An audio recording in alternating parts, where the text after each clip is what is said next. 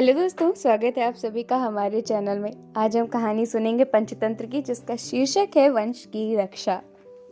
किसी पर्वत प्रदेश में मंदविश नाम का एक वृद्ध सर्प रहा करता था। एक दिन वह विचार करने लगा कि ऐसा क्या उपाय हो सकता है जिससे बिना परिश्रम किए ही उसकी आजीविका चलती रहे। उसके मन में तब एक विचार आया। वह समीप के मेढकों से भरे तालाब के पास चला गया। वहां पहुंचकर वह बड़ी बेचैनी से इधर उधर घूमने लगा। उसे इस प्रकार घूमते देखकर तालाब के किनारे एक पत्थर पर बैठे मेढक को आश्चर्य हुआ, तो उसने पूछा, मामा, आज क्या बात है? शाम हो गई है किंतु तुम भोजन पानी की व्यवस्था नहीं कर रहे हो। सर्प बड़े दुखी मन से कहने लगा, बेटे, क्या करूं, मुझे तो अब भोजन की अभिलाषा ही नहीं रह गई है। आज बड़े सवेरे ही मैं भोजन की खोज में निकल पड़ा था। एक सरोवर के तट पर मैंने एक मेढक को देखा। मैं उसको पकड़ने की सोच ही रहा था कि उसने मुझे देख लिया। समीप ही कुछ ब्राह्मण स्वाध्याय में लीन थे। वह उनके मध्य जाकर कहीं छिप गया। उसको तो मैंने फिर देखा नहीं, किंतु उसके भ्रम में मैंने एक ब्राह्मण के पुत्र के अंगूठे को काट लिया। उससे उसकी तत्काल मृत्यु हो गई।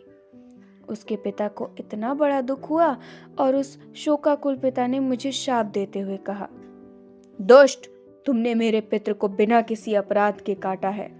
अपने इस अपराध के कारण तुमको मेढकों का वाहन बनना पड़ेगा। बस तुम लोगों के वाहन बनने के उद्देश्य से ही मैं यहाँ तुम लोगों के पास आया हूँ।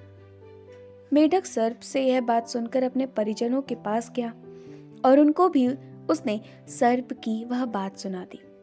इस प्रकार एक से दूसरे और दूसरे से तीसरे कोने में जाती हुई यह बात सब मेढकों तक पहुंच गई।